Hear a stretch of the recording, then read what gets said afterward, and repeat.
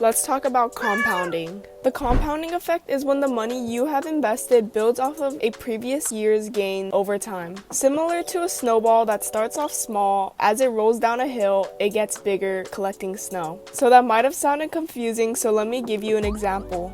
Let's say you deposited $1,000 into a brokerage account and put it all into an S&P 500 index fund like SPLG. Over the last 100 years, the S&P 500's average market return has been around 8 to 10%. So let's say it's been a lucky year and you get a 10% return on your $1,000 at the end of the year. That means you just made $100 off of letting your money sit in an S&P 500 index fund, which beats the bank that gives you less than a 1% return.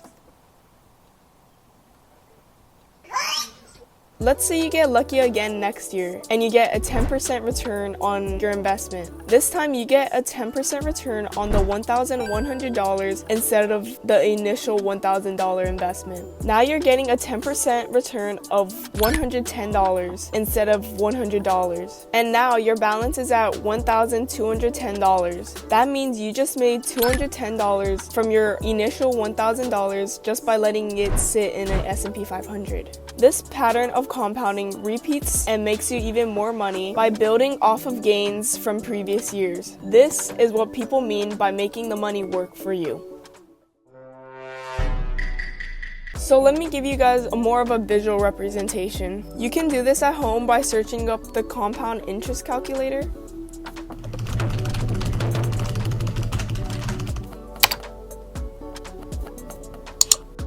For the current principal, that's like how much you put in your Roth IRA.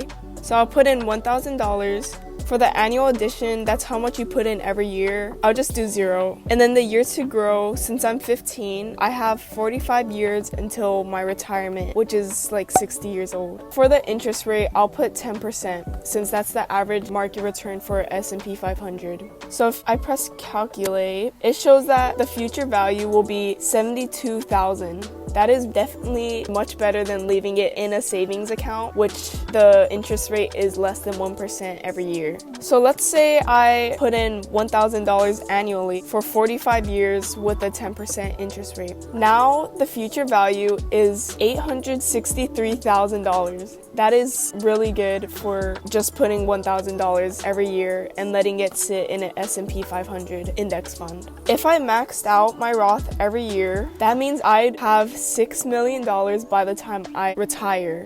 Some of you guys out there might not be as lucky as me to start early, so I'll put in the years as 30 years to grow and maxing out the Roth every year. That still means you'll be over $1 million by the time you retire. It just shows how important it is to let your money compound and to start investing at an early age. Thank you guys for watching. Please like and subscribe. Check out my other videos.